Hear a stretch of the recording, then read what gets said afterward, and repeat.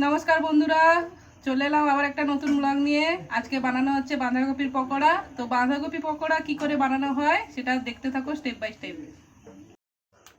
এখন আজকে বানানো হবে বাঁধাকপির পকোড়া। তো এর জন্য এখানে নেওয়া হয়েছে বাঁধাকপি কুচি করে, লঙ্কা, গাজর আর বেসন দেওয়া হয়েছে, আর লবণ দেওয়া হয়েছে, হলুদ দেওয়া হয়েছে। আর কি দিয়েছে? চাল গুঁড়ি দিয়েছে। এখন একটু কর্নফ্লাওয়ার দেওয়া হবে মুচমুচে করার জন্য। চাল গুঁড়িও দেওয়া হয়েছে, আবার একটু কর্নফ্লাওয়ারও দেওয়া হবে, দিয়ে মুচমুচে করে বানানো হবে। দিয়ে দেওয়া হলো কর্নফ্লাওয়ার, আর এই দিকে তেল গরম করতে দেওয়া হয়েছে। আর দেব না, না আর দিতে হবে না।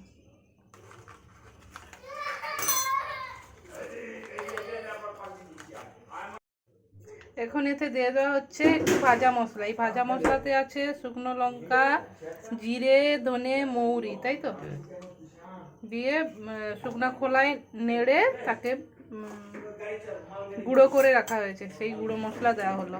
দিয়ে ভালো করে এখন মেখে নেওয়া হচ্ছে।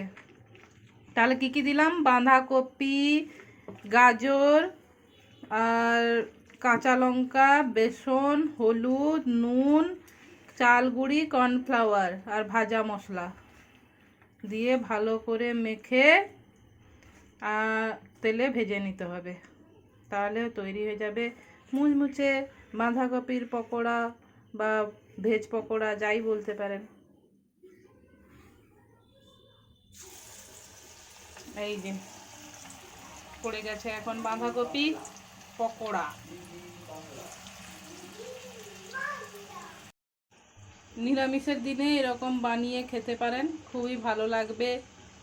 আর বিকেলে চায়ের সঙ্গে তো খাওয়াই যায়, চায়ের সঙ্গে তো খুবই ভালো লাগবে। এরকম বাঁধাকপি যদি আপনাদের বাড়িতে নিয়ে আসে, একটুখানি রেখে দেবেন, দেখবেন ওই বিকেলবেলা ওই একটুখানি বাঁধাকপি দিয়েই বানিয়ে ফেলতে পারবেন গরম গরম বাঁধাকপির পকোড়া। দিয়েছে এইরকম হচ্ছে গরম গরম পকোড়া। কার কার জিভে জল আসছে একটু বলো, কার কার খেতে ইচ্ছে করছে একটু জানিও। আমাদের তৈরি হচ্ছে গরম গরম পকোড়া। আর ওইদিকে চা বসে যাচ্ছে, গরম গরম চা। মা দেখে না? হ্যাঁ, আমার মা দেখে তো ভিডিও।